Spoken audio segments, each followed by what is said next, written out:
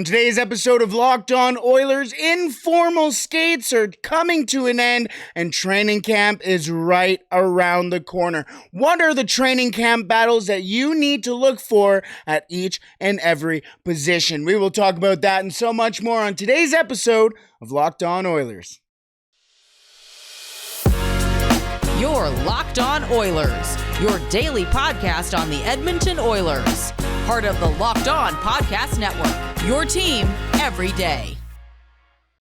Hello and welcome back to the Locked On Oilers podcast. I'm your host and former Oilers game day producer, Brett Holden. As mentioned, training camp is right around the corner. I'm getting the updates from Rashog, Daniel Nugent-Bowman, Tom Gazzola is currently at informal skates as well. They're sending out tweets about all the guys who are there right now. Basically, everybody is in town having some skates at the District Community Arena. So, with everybody back in town, hockey's right around the corner. Who should you be looking for in training camp? We will talk about the forward position, a couple of defensemen to take a look at, and who will be that number 3 goaltender for the Edmonton Oilers this year. All that and so much more on today's episode of Locked On Oilers. Thank you so much for making Locked On Oilers your first listen every day. We are free and available wherever you find your podcast, your team every day. We are going to start off with the forward position and move our way backwards, and we are starting off with a guy who, as soon as he was drafted by the Edmonton Oilers, a lot of people went, we should have had this guy instead. We should have had this guy instead. Well, ever since he was drafted by the Oilers, he has started to turn a lot of heads. In fact, he was turning heads in his first training camp as an Edmonton Oiler draft pick.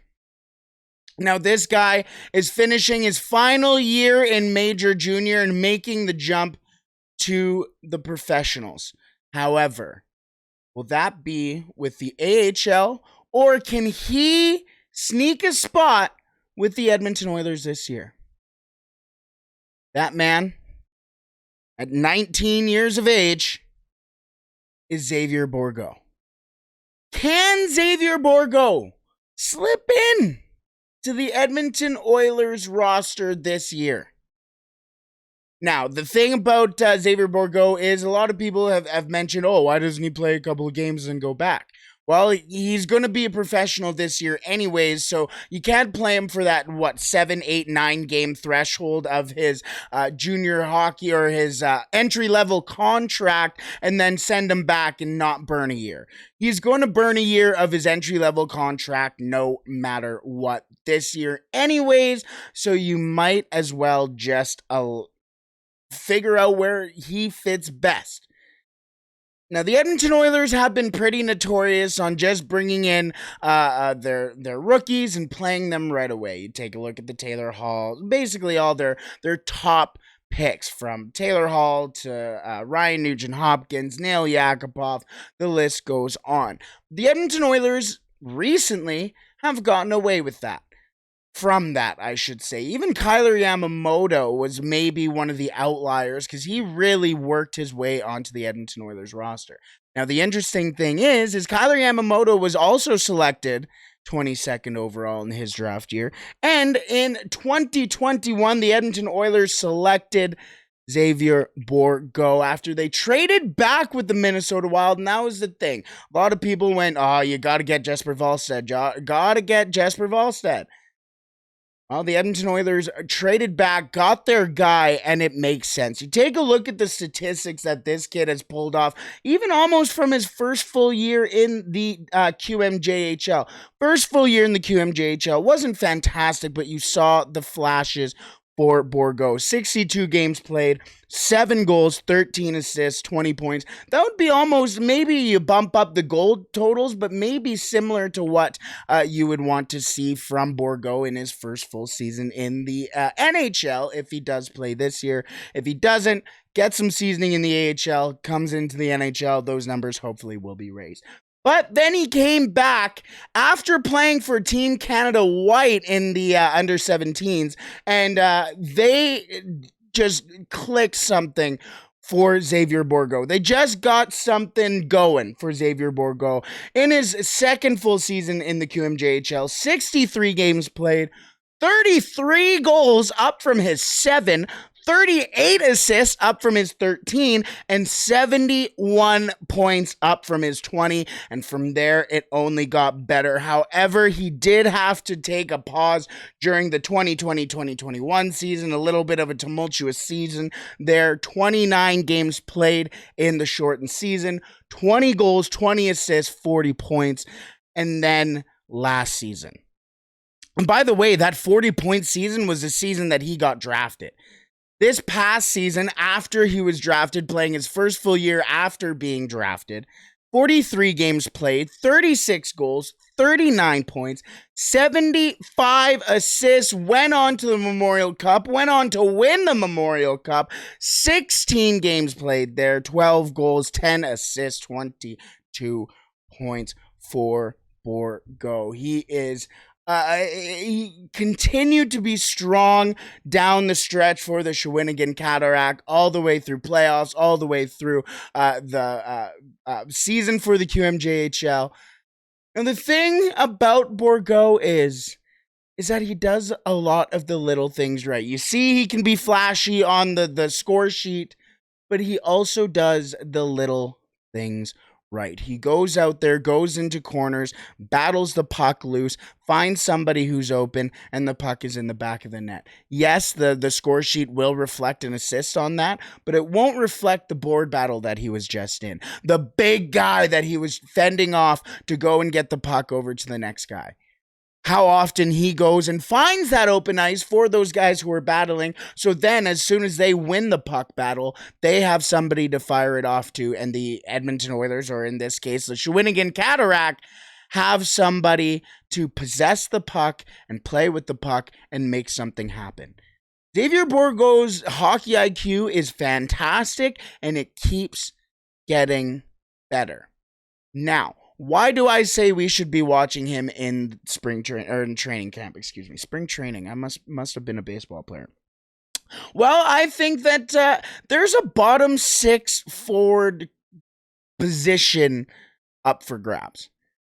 After Matthias Janmark, there's a little bit of a question mark on the Edmonton Oilers' fourth, and I put in quotations because I think the Edmonton Oilers are going to be running an 11-7 offense for most of the season, or 11-7 skaters, I should say, for most of the season. And if they do that, then I could see the Edmonton Oilers going, you know what, just bring Borgo up here. Because you have guys like Derek Ryan, Greg McKegg, Devin Shore, things like that, who players like that, who are good players in their own right and good players at what they do. They're not a Connor McDavid, Leon Draisaitl, Ryan Nugent-Hopkins. They're not a top 6 guy. They're a bottom 6 guy. There's always room for guys. The Edmonton Oilers are going to have to make a move somewhere to become cap compliant, whether that's Warren Fogle, whether that's on the D, whether that's Jesse Puljujärvi. We will wait and see, but either way, there are spaces for guys to make an impression. Xavier Borgo in his first training camp, he was one of the last cuts, and a lot of people were going, "Oh my God, is he going to make this team?" He put the bug in a lot of people's ears going, this kid's half decent. The bottom 6 currently for the Edmonton Oilers is Dylan Holloway, Ryan McLeod, and Jesse Puljujärvi, as I put it. And Matthias Janmark. Then you have, that plethora of guys who can go in. But if you keep Borgo, and you have almost a line 3B, you have 3A with Holloway, McLeod, Puljujärvi, a 3B with Janmark, insert center here, and Xavier Borgo. How about a 3B line of Janmark, Nugent-Hopkins, and Borgo? Or Janmark, McLeod, Borgo? Or Holloway, McLeod, Borgo? You can have all these combinations and have guys who can go out there and do it in your own end, do it in the neutral zone, and do it in the offensive end, produce offensively, stop the other team, and do a lot of things right, all while developing right in front of Edmonton Oilers fans and the organization's eyes. I think Xavier Borgo could have a very, very long training camp, and I wouldn't be surprised to see him suit up opening day for the Edmonton Oilers this year. If he has a good training camp, that is where everything will come for Xavier Borgo, is that training camp. So keep an eye out for Xavier Borgo coming off a fantastic season in the QMJHL and in the CHL in general. So watch out for the 22nd overall pick from 2021. Now, let's get into the defense, because there are draft picks and former top 10 NHL draft picks in this next conversation, but there's only room for one, maybe two. So who will they be? We will talk about that in just a second, but I want to talk to you about our next partner. Our next partner has a product that I use literally every day. And I started taking AG1 because I needed something that really boosted my gut health. I wanted a supplement that actually tasted good as well. And I wanted to see what all this hype about was around athletic greens. So what is this stuff?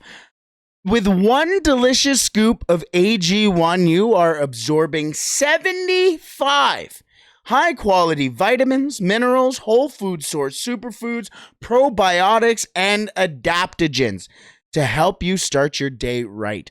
This special blend of ingredients supports your gut health, your nervous system, your immune system, your energy, your recovery, your focus, your aging, all of the things.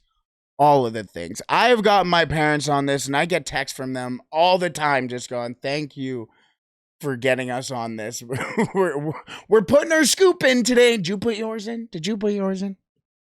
Plus, AG1 is also lifestyle friendly. Whether you keto, paleo, vegan, dairy-free, or gluten-free, it is all good for you. Plus, it contains less than 1 gram of sugar, no GMOs, no nasty chemicals, or artificial anything, all while still tasting good. Plus, it costs less than $3 a day.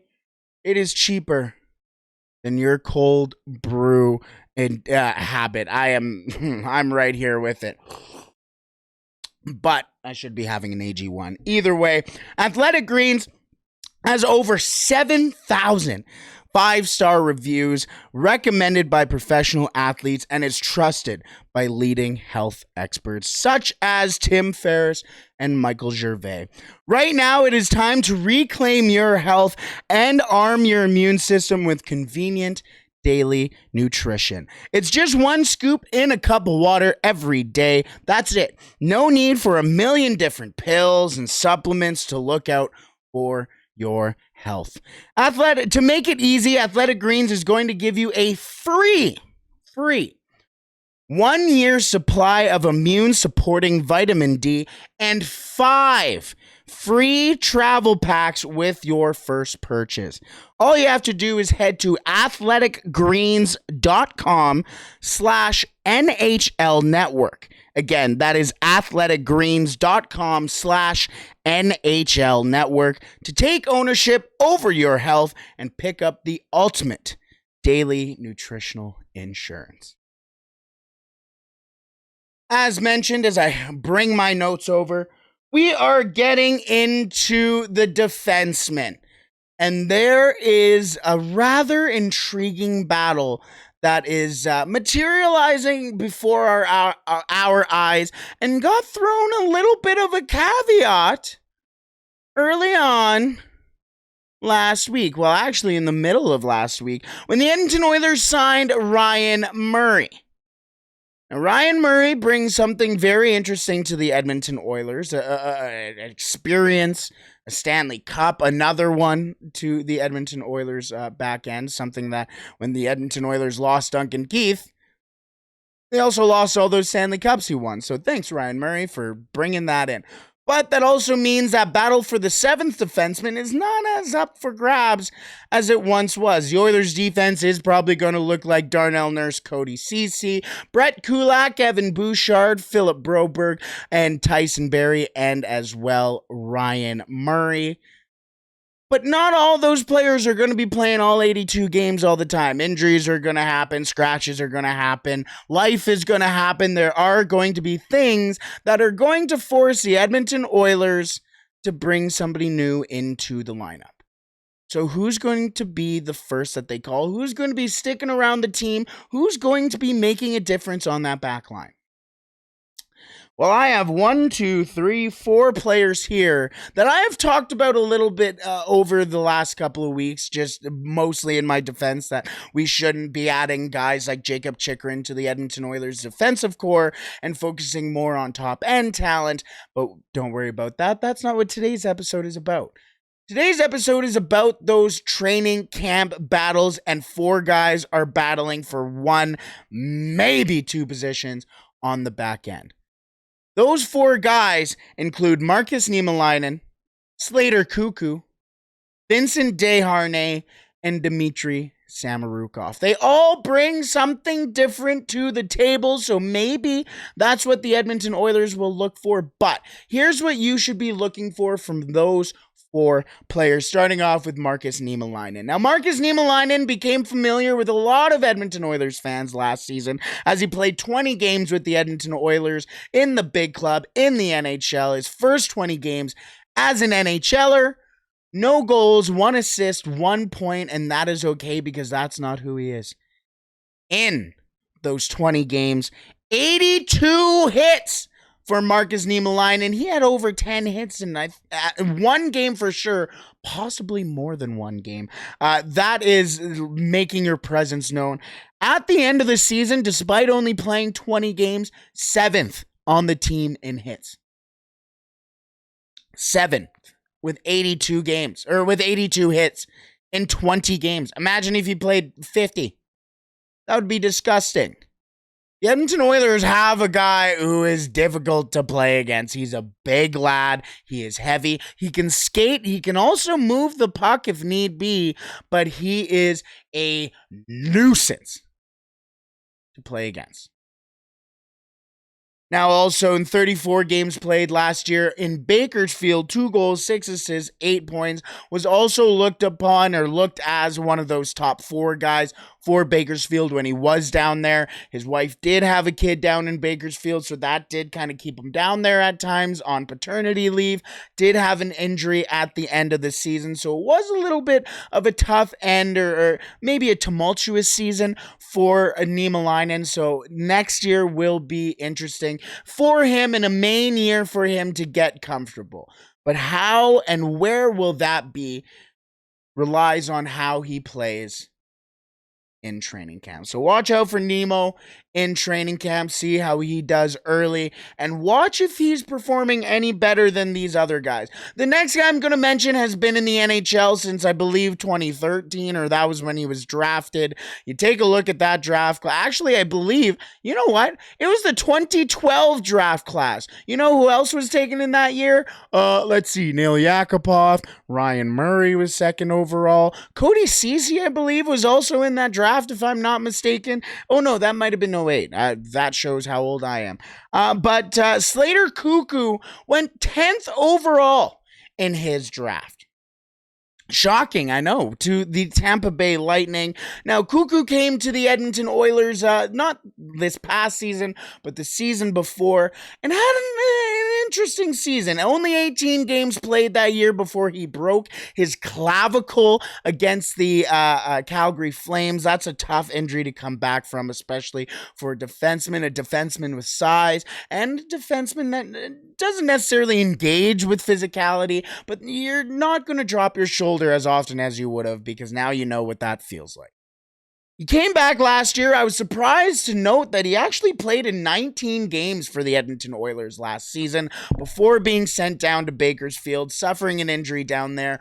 Only played 2 games for Bakersfield last year, but sounds like the rumor is Slater Koekkoek might be coming back this year for the Oilers and might play a role, and that's all I'm going to put for the Edmonton Oilers this year. 19 games played, as mentioned last year, no goals, 4 assists, 4 points in total.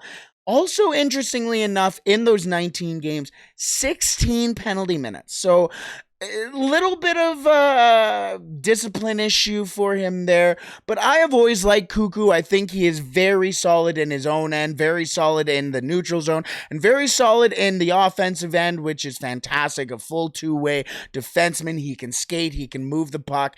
I'm very interested to see how he comes back this year. I think he will be a little bit more of a staple, kind of up and down if the Edmonton Oilers do need him, almost like a faux taxi squad guy, if you know what I'm saying here. I don't think that he will really push. I mean, everybody on this list is younger than him, so it's going to be tough for him to try and push these guys out. But either way, that could also go in his favor, is the veteran status of Slater Koekkoek. So watch out for Koekkoek, again, a veteran. See how much he's talking, see how much he's really engaging in plays, and watch him in preseason as well, see what he does there. The next name is an interesting one because this name spent his entire summer in Edmonton this year. Only a short commute to the facilities that he needed over at Rogers Place, the District Community Arena. So he said that he stayed in Edmonton, tried to make himself kind of more comfortable with the city, mentioned how Edmonton had a fantastic summer. If you are in Edmonton or have been in Edmonton this summer, you know how hot it has been and how warm it's been, how pretty it's been for this summer. And that is nice for people who get drafted by the Edmonton Oilers or go to the Edmonton Oilers and everyone goes, oh, that place is a frozen tundra. That place sucks, blah, blah, blah. Edmonton is a fantastic city, and Dimitri Zamarukov got to experience Edmonton in its summer, in its finest this past summer. And he has mentioned just how important that is. Now, Dimitri Zamarukov has been a guy in the Edmonton Oilers organization for a while. I believe he was drafted in 2017, so almost 5 years now for Zamarukov. But every year, basically since his final year in Major Junior, everyone's like, oh, this is the year Zamarukov comes up. This is Samarukov's year. This is the one. Samarukov's going to come up this year. It hasn't really happened. He played one game for the Edmonton Oilers this year, got 2 minutes and 28 seconds of time on ice, which is surprisingly enough is more than Dylan Holloway. So Dylan Holloway, good for you. Not the least amount of minutes played by an Edmonton Oiler this year. Does belong to Dimitri Zamarukov. However, that doesn't mean he had a poor season, because in Bakersfield this year, 51 games played, 3 goals, 15 assists, 18 points, career highs in the pros and basically all of them. Really started to understand playing, not necessarily the North American game, because he has been playing the North American game for a while in the OHL. He came to the OHL basically right away, but he's starting to understand what it takes to be a pro.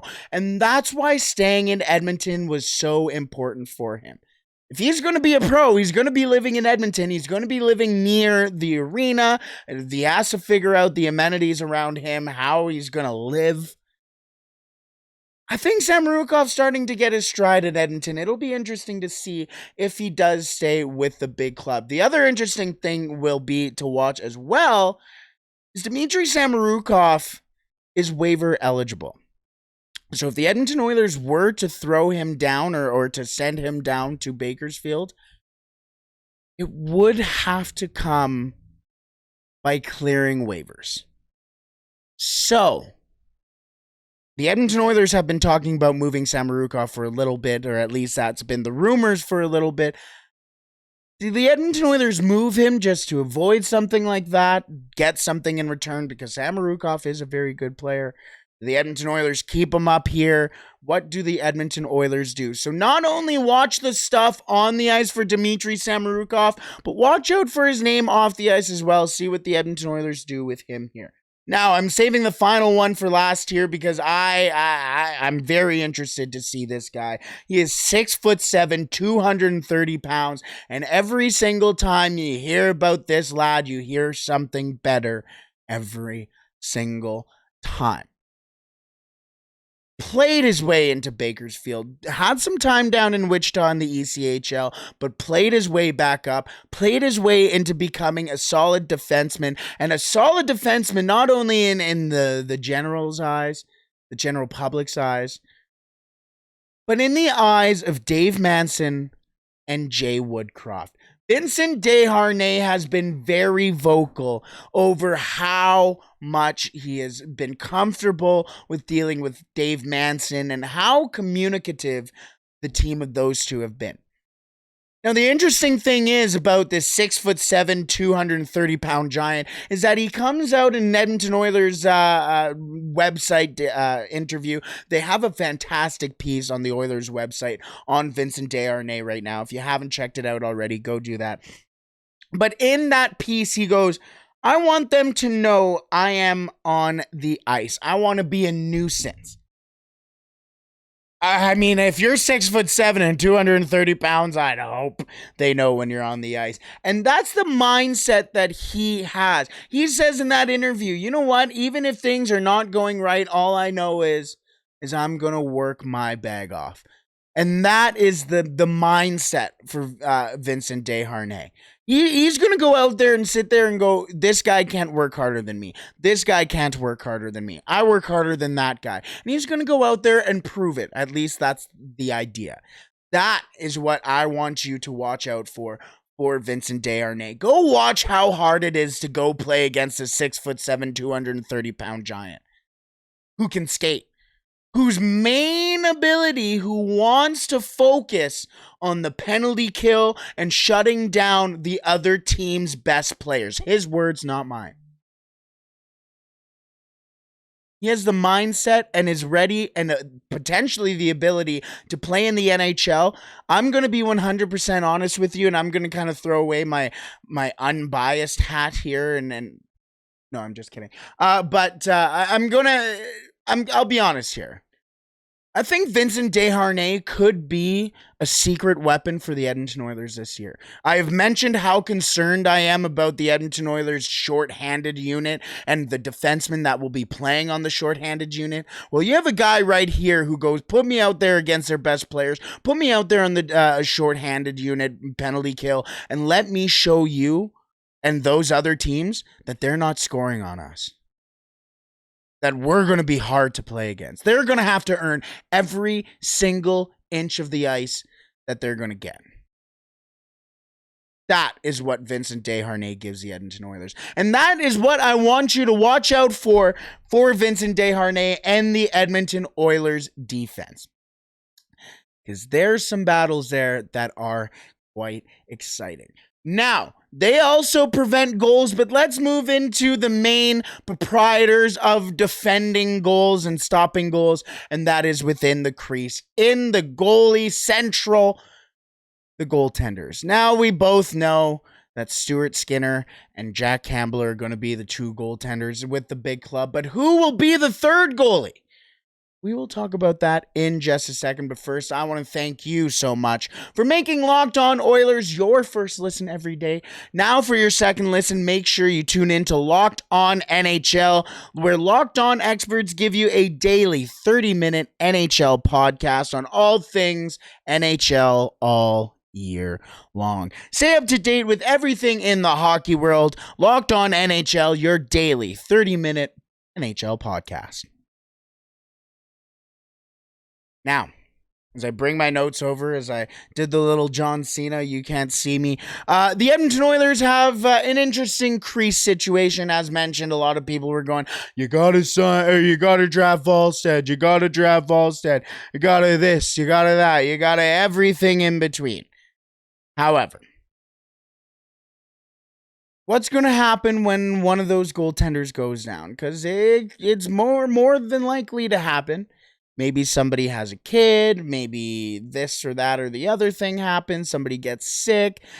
Jack Campbell has I don't want to say a history of injuries, but has had injuries in the past. And we saw what happened with Toronto last year with, who's going to play in next game? Who's going to play next game? And everyone going, wow, we have a shambles goaltending situation.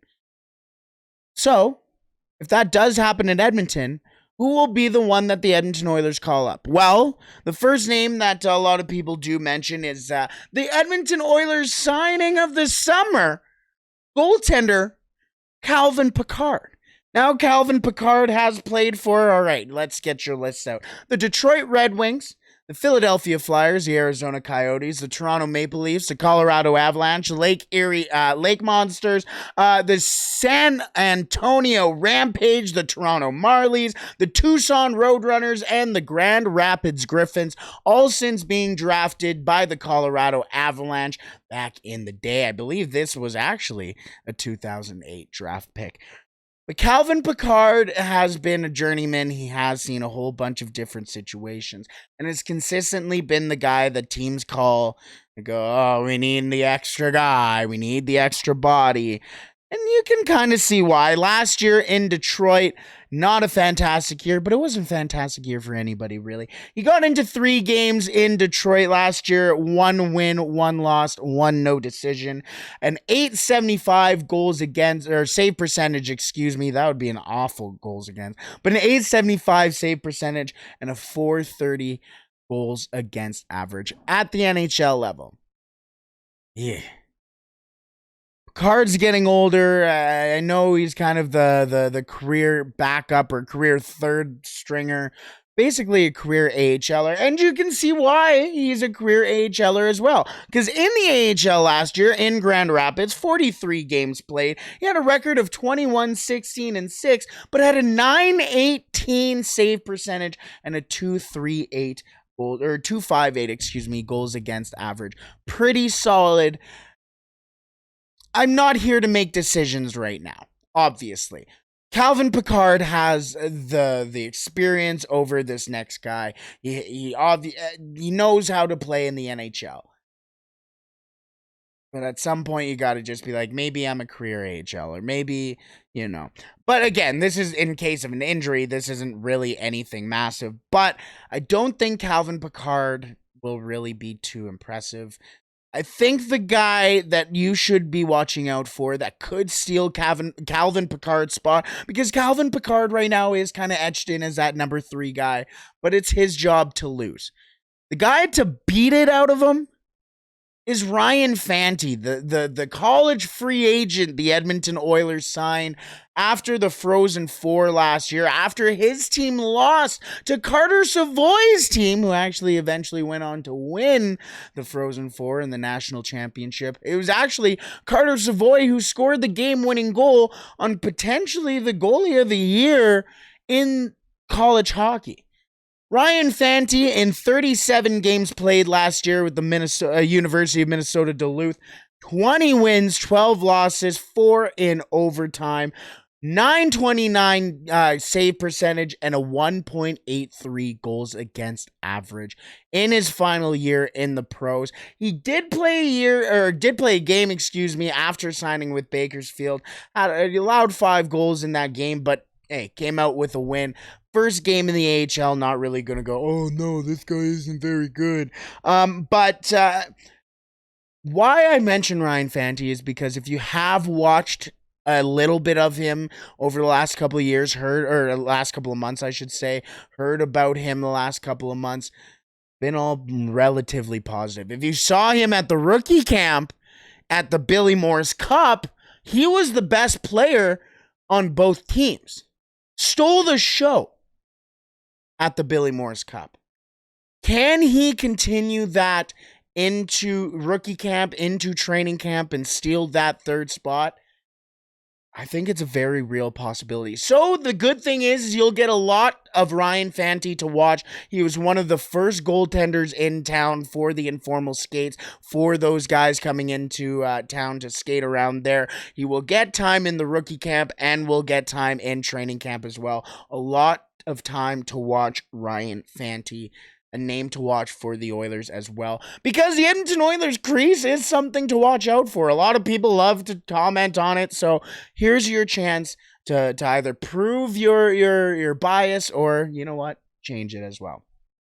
So that is the three, those are the three real battles, or some of the battles that I want you to watch out for as training camp and the informal skates and the rookie camp continues on. I will give you updates on that. Speaking of updates, actually, I got an update here from Daniel Nugent-Bowman on the Edmonton Oilers defenseman situation. Cody Ceci and Ryan Murray are not there today. To these eyes, yes.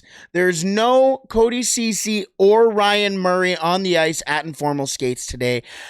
The defensive pairings right now are Darnell Nurse and Evan Bouchard.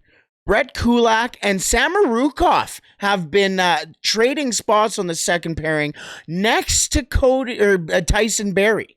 So it's been a split between Kulak and Zamarukov next to Tyson Barrie, and then Nemolinan and Broberg. In fact, Broberg, this one coming from Ryan Rishaug, had a beautiful spinorama, fed a player, and actually led to a goal in the in warm-ups today, or in the informal skate. A lot of news coming out from the back end of the Edmonton Oilers this year. Very interesting lines here. Also to note, Philip Broberg has been playing predominantly as the right defenseman today. So maybe something to take a look at for the training camp. Speaking of training camp, coming out today, the Edmonton Oilers will have a fan day on September 24th. They'll have an open practice. There's going to be a locker room sale. Hunter's going to be there. Whole bunch of stuff for the family to do. September 24th at Rogers Place, in that Rogers community area, really, just outside of the Ice District, or basically the Ice District there. That is when hockey is coming back, baby. That is when the Edmonton Oilers are finally back. We're basically down the stretch of the final moments of the offseason, so watch out for those final tinkering of the rosters coming up here. Obviously, Evan Rodriguez signing with the Colorado Avalanche today, 1 year, $2 million, which was kind of a punch to the gut because I wanted him on the Oilers, but that's okay either way. A lot to still come up in the weeks to come. I hope you have a wonderful day today. I wish the sun was shining, but that's okay. That means the next time it is out, we will take advantage of it then. Either way, have a wonderful day. Stay safe. Don't do anything I wouldn't do. And play La Bamba, baby.